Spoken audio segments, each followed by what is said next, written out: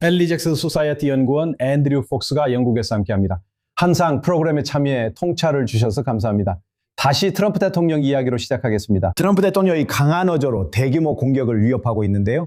그런데 이게 정말 믿을 만한 얘기일까요? 이란은 여전히 자신들의 공격을 감행하는데 별로 주저함이 없어 보입니다. 네, 그렇지 않습니다. 그리고 사실 여기에는 두 가지 다른 게임이 진행되고 있습니다. 이란은 생존과 미국에 굴복하지 않는 명확한 전략적 목표가 있습니다. 그래서 이 일이 끝날 때 언제가 되었든 그들은 그 내러티브를 유지할 수 있습니다. 그들이 미국의 힘에 맞서 성공적으로 해냈다는 내러티브를 유지할 수 있습니다. 미국의 전략적 목표는 호르무즈 해협을 여는 것으로 보입니다. 정권 교체는 사실상 선택지가 아니라서 그 외에는 명확하지 않습니다. 그들의 미사일 능력을 파괴하는 것, 그러니까 어느 정도 줄이긴 했지만 심각하게 손상시키긴 했지만 완전히 파괴하지는 못했습니다. 그리고 아직 그들이 미사일 능력을 꽤 빠르게 재건하는 것을 막지는 못한 것 같습니다. 그래서 그게 목표인지 아닌지 잘 모르겠습니다. 그건 정말 명확하지 않아요. 그리고 물론 핵 문제도 있습니다. 그래서 사실 트럼프가 여기서 무엇을 얻고자 하는지 정말 불분명합니다. 즉 군사력을 사용하는 것도 정말 불분명하다는 뜻입니다. 왜냐하면 정치적인 목표가 있어야 하니까요. 그냥 이유 없이 폭탄을 떨어뜨리는 건 아니니까요. 트럼프가 여기서 긴장을 높여 얻으려는 것은 무엇일까요? 왜냐하면 이 상황이 트럼프 자신의 전략보다는 오히려 이란 측에 유리하게 작용하는 것처럼 보이기 때문입니다. 보세요. 이란은 말씀하신 대로 대화나 협상, 공격 등 모든 초점을 호르무즈 해협에 맞추는데 성공했다고 생각합니다. 둘째 해운에 말이죠. 끔찍한 정권이나 미사일, 핵 문제에 대해서는 거의 언급조차 없고 이런 논의에서조차도 부차적인 문제로 취급되고 있습니다. 이게 수사적인 문제인가요? 아니면 전제의 말씀하신 것처럼 지금 시점에서 정말로 본질에서 많이 벗어난 건가요? 전쟁 상황에서 기억해야 할 군대 격언이 있습니다. 적도 항상 선택권이 있다는 말이 있습니다. 그리고 이란인들은 그 선택을 했습니다.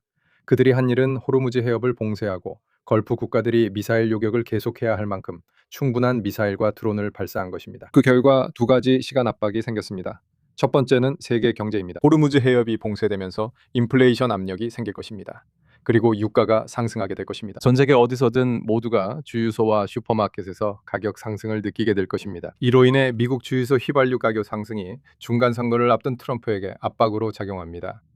두 번째 시야는 요격 미사일 재고입니다. 공급량이 제한되어 있습니다. 미국과 그 동맹국들이 세계 패트리어트 미사일 공급량의 절반 정도를 소모한다는 것을 우리는 알고 있습니다. 이것들은 교체하는데 48개월 이상이 걸립니다. 그래서 빠르게 보충될 수 있는 것은 없습니다. 즉 걸프 국가들이 요격 미사일을 다 소진하기 전에 얼마나 많은 공격을 견딜 수 있는지에 항상 한계가 있다는 뜻입니다. 아직 그 한계에 도달한 것은 아니지만 분명히 여전히 시간 압박이 계속되고 있습니다. 그래서 우리 모두 그 정권의 종말을 원하고 적을 해칠 미사일을 갖지 못하게 하길 바랍니다. 하지만 두 가지, 시간 압박이 계속되는 동안 실질적으로 어떻게 막을지가 문제입니다. 적들은 이미 효과적인 선택을 했습니다. 그래서 트럼프에게 큰 압박이 됐습니다. 그래서 저는 우리가 이런 식으로 전략적으로 우왕좌왕하며 출구 전략을 찾으려는 모습을 보고 있다고 생각합니다. 자, 이제 초점을 이 대리 세력들로 옮기겠습니다. 제 말은 분명히 이란의 모든 대리 세력들과 아직 끝나지 않은 일이 있다는 겁니다. 하지만 이라크 정부도 있잖아요. 그러니까 어젯밤에 이라크 정부는 이 인민동원군에 대한 공격이 지원을 받았다고 밝혔죠. 이란의 지원을 받은 사람들이며 그 공격은 미국 협조로 이루어졌습니다. 베이루트도 마찬가지입니다. 레바논에서도요. 그래서 이런 나라들은 국제적으로 인정받는 중앙정부가 있고 그 정부들이 도움을 요청하면서 이런 대리 세력들을 통제하려고 하고 있습니다. 혹시 그게 이 이야기에서 그나마 긍정적인 부분이라고 볼 수 있을까요?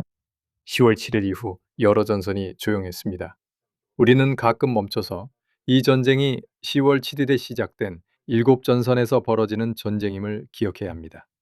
이는 하마스나 헤즈볼라만의 문제가 아닙니다. 이것은 이스라엘을 둘러싼 이란의 부리고리 문제입니다. 그리고 이라크 전선, 즉 PMF는 이번 전쟁 내내 꽤 조용했습니다. 그 주된 이유는 그들이 이라크 국가 내에 깊이 뿌리내리고 있기 때문인데 이는 헤즈볼라가 레바논에서 그러한 것보다도 더 깊습니다. 이들은 시아파 세력입니다. 이라크는 시아파가 다수인 국가로 수십 년간의 경험과 실전을 쌓아왔습니다. 특히 남부 이라크에서 영국군 같은 세력을 상대로 한 경험이 많습니다. 그리고 그들은 현재 이라크 국가 운영의 필수적인 존재입니다. 즉 둘을 분리하기가 매우 어렵습니다. 그래서 이라크 정부가 이곳에서 도움을 요청할 때 약간의 속임수입니다. 그들은 국가기구 일부인 세력에 맞서 도움을 요청하고 있기 때문입니다. 이 때문에 이 전선은 다른 전선들보다 조금 더 복잡해집니다. 이른바 이스라엘의 억지 국면을 어떻게 보시나요? 저는 그 용어를 더 전략적으로 써보고 싶습니다. 지금 그런 일이 실제로 벌어지고 있나요? 제가 이렇게 말하는 것처럼 들리고 싶진 않지만 많은 사람들이 이란이 전략적으로 이스라엘을 공격하는 게 이익이라고 주장합니다. 우리를 전투에 끌어들이려는 거죠. 이스라엘의 현재 입장에 대해 어떻게 생각하시나요? 우리가 조용히 있는 게 다소 비현실적으로 느껴집니다. 네, 정말 흥미로운 상황이죠. 그리고 여기에 여러 가지 요인들이 작용하고 있다고 생각합니다.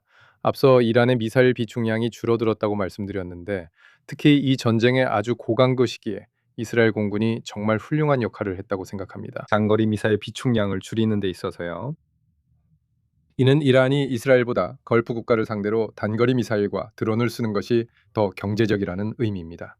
이란도 이스라엘의 강력한 미사일 방어 시스템을 알고 있기 때문입니다. 이란은 이제 꽤 부족해진 이 미사일들을 이스라엘에 발사하는 것은 아마 시간 낭비일 것이라는 걸 알고 있습니다.